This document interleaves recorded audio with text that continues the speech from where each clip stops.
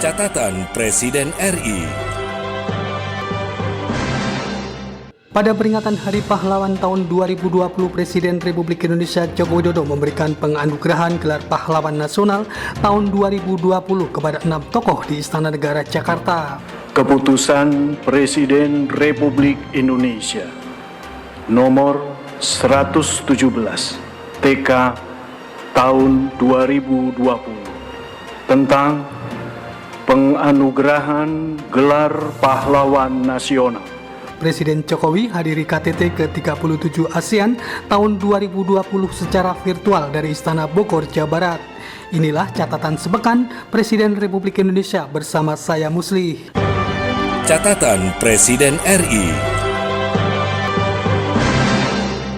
Dalam peringatan Hari Pahlawan tahun 2020, hari Selasa tanggal 10 November 2020, Presiden Republik Indonesia Joko Widodo menjadi Inspektur Upacara Ziarah Nasional dalam rangka peringatan Hari Pahlawan tahun 2020 di Taman Makam Pahlawan Utama Kalibata, Jakarta. Lapor upacara Ziarah Nasional dalam rangka peringatan Hari Pahlawan tahun 2020. Siap dimulai.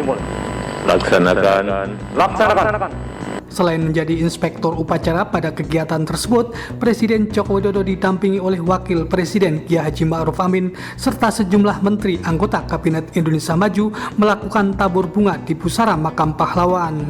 Masih dalam rangkaian Hari Pahlawan tahun 2020 di Istana Negara Jakarta, Presiden Joko Widodo memimpin upacara penganugerahan Pahlawan Nasional tahun 2020. Berdasarkan keputusan Presiden nomor 117/TK tahun 2020 yang ditetapkan tanggal 6 November tahun 2020, ada 6 tokoh yang mendapat gelar Pahlawan Nasional pada tahun 2020 ini. Lampiran Keputusan Presiden Republik Indonesia nomor 117 TK tahun 2020. Nomor urut 1 Almarhum Sultan Ba'abullah, tokoh dari Provinsi Maluku Utara. 2 Almarhum Mahmud Singgirei Rumagesan Raja Sekar, tokoh dari Provinsi Papua Barat. 3 Almarhum Jenderal Polisi Purnawirawan Raden Said Sukanto Cokro-Diatmojo, tokoh dari Provinsi DKI Jakarta. 4 Almarhum Arnold Mononutu, tokoh dari Provinsi Sulawesi Utara. 5 Almarhum Mr. Sultan Muhammad Amin Nasution, tokoh dari Provinsi Sumatera Utara. 6 Almarhum Raden Matahir bin Pangeran Kusen bin Adi, tokoh dari Provinsi Jambi. Masing-masing dianugerahi gelar Pahlawan Nasional. Selain memberikan penganugerahan gelar Pahlawan Nasional dalam kegiatannya pekan ini, Presiden Jokowi di Istana Negara Jakarta juga memimpin upacara penganugerahan Tanda Jasa dan Tanda Kehormatan Republik Indonesia tahun 2020. Berdasarkan keputusan Presiden nomor 118/TK tahun 2020, Presiden memberikan penganugerahan Tanda Kehormatan Bintang Mahaputra kepada 46 orang. 13 Cahyo Kumolo SH, Menteri Dalam Negeri RI tahun 2014-2019. 14 Dr. Andus Haji Sutarman SIK, Jenderal Polisi Purnawirawan, Kepala Kepolisian Negara Republik Indonesia tahun 2013-2015.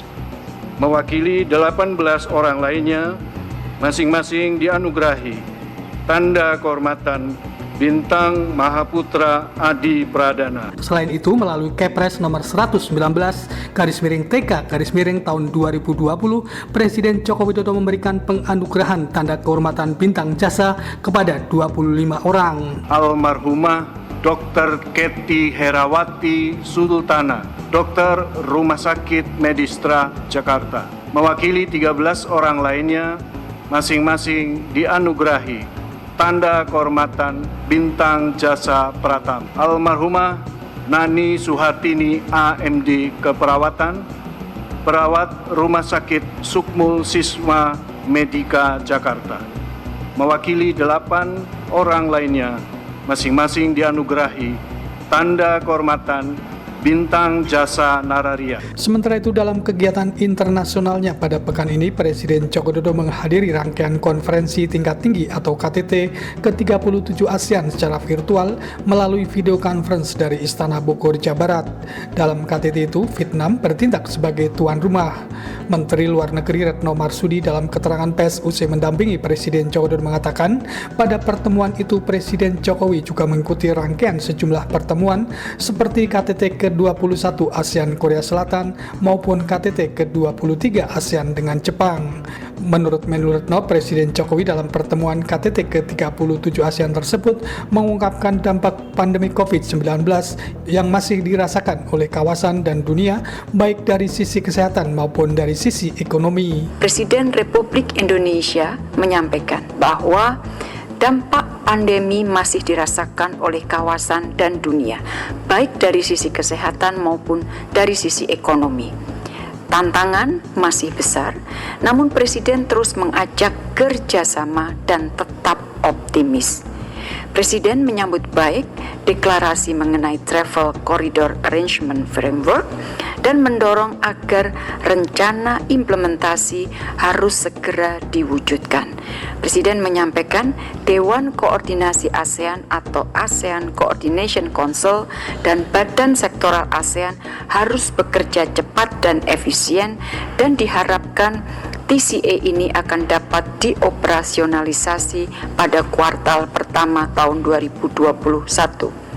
Selain itu, Presiden menyambut baik penandatanganan RCEP karena setelah negosiasi selama 8 tahun akhirnya kita bisa menandatangani, dan Presiden menyampaikan integrasi ekonomi ini harus membawa manfaat bagi rakyat semua negara RCEP.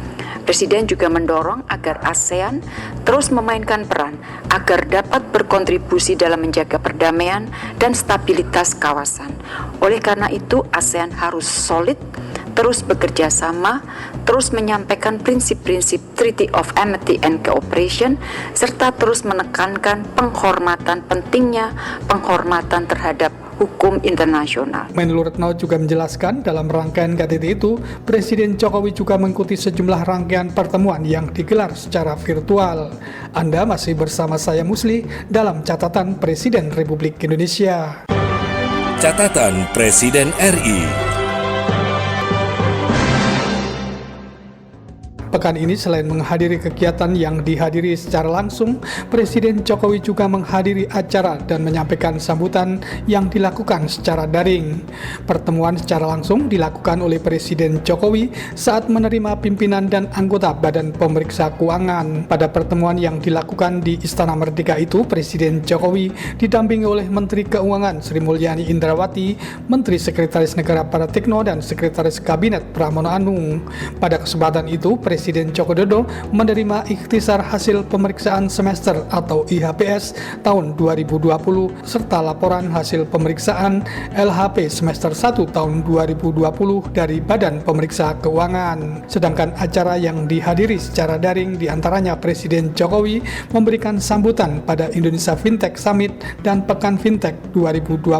Presiden Jokowi dalam kesempatan itu mengharapkan agar para inovator fintech tidak hanya sebagai penyalur pinjaman dan pembayaran online, tetapi juga sebagai penggerak utama literasi keuangan digital bagi masyarakat. Kita masih punya pekerjaan rumah yang besar dalam pengembangan teknologi finansial. Indeks inklusi keuangan kita masih tertinggal dibandingkan beberapa negara ASEAN. Di tahun 2019, indeks inklusi keuangan kita 76%. Lebih rendah dibandingkan beberapa negara lain di ASEAN, misalnya Singapura 98%, Malaysia 85%, Thailand 82%. Sekali lagi, kita masih berada di angka 76%. Tingkat literasi keuangan digital kita juga masih rendah, baru sekitar 35,5%. Masih banyak masyarakat yang menggunakan layanan keuangan informal, dan hanya 31,26% masyarakat yang pernah menggunakan layanan digital. Oleh karena itu, saya harapkan para inovator fintech tidak hanya sebagai penyalur pinjaman dan pembayaran online saja, tetapi juga sebagai penggerak utama literasi keuangan digital bagi masyarakat. Sebagai pendamping perencana keuangan, serta memperluas UMKM dalam akses pemasaran e-commerce.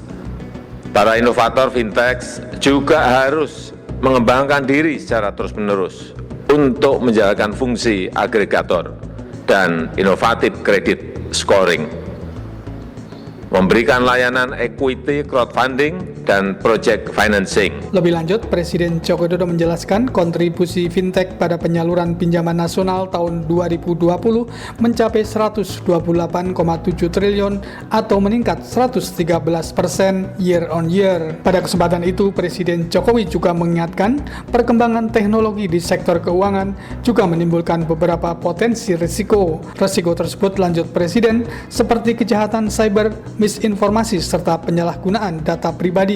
Apalagi regulasi non-keuangan perbankan tidak seketat keuangan perbankan. Selain itu, Presiden Jokowi juga memberikan sambutan secara virtual pada Expo Inovasi 2020 Selasa 10 November 2020. Pada kesempatan itu, Presiden Jokowi mengatakan pada masa pandemi COVID-19, banyak negara berlomba-lomba menjadi yang terdepan, menjadi yang tercepat melalui inovasi di berbagai bidang. Presiden menegaskan Indonesia tidak mau tertinggal dengan turut melahirkan inovasi di bidang kesehatan. Di negara kita juga menyaksikan tumbuhnya banyak inovasi dalam menghadapi pandemi. Inovasi di bidang kesehatan misalnya, kita akan segera menghasilkan vaksin sendiri, vaksin merah putih. Para inovator juga berhasil menemukan karya-karya yang sangat dibutuhkan bagi percepatan penanganan COVID-19. Salah satunya Genos, yang bisa mendeteksi virus melalui tiupan dari mulut yang mudah dan cepat. Berbagai komunitas peneliti juga terus bekerja untuk menemukan obat dan terapi yang efektif bagi pengobatan COVID. Semua ini membuktikan bahwa kita memiliki banyak talenta hebat yang siap berkarya untuk kemandirian dan keunggulan bangsa. Bapak Ibu hadirin yang saya hormati, inovasi tidak muncul begitu saja. Inovasi membutuhkan ekosistem yang kondusif. Expo ini adalah salah satu contoh dari ekosistem tersebut. Kita harus terus memfasilitasi kerjasama antar stakeholders, memperkuat multiple helix, memperkuat kolaborasi antara para inovator dengan industri, dengan pemerintah dan juga masyarakat. Dengan kolaborasi, maka karya-karya para inovator tidak berhenti menjadi sebatas prototipe saja, tapi berlanjut diproduksi secara massal. Bergerak ke arah investasi komersial. Manfaatnya jelas sangat besar. Bukan hanya untuk mengatasi masalah-masalah dalam masyarakat, tapi akan bisa memberikan nilai tambah bagi perekonomian nasional, termasuk penciptaan lapangan kerja baru. Presiden Jokowi mengakui Indonesia membutuhkan lebih banyak lagi inovator di berbagai sektor yang sangat dibutuhkan masyarakat, seperti pangan, energi, kesehatan, termasuk inovasi dalam model bisnis. Presiden Jokowi pada pekan ini juga hadir secara virtual dalam acara yang dilakukan oleh sebuah partai politik. Demikian catatan Presiden RI, saya Muslih dan tim liputan Bayu Istiqlal serta Muhammad Rizkianto melaporkan. Catatan Presiden RI.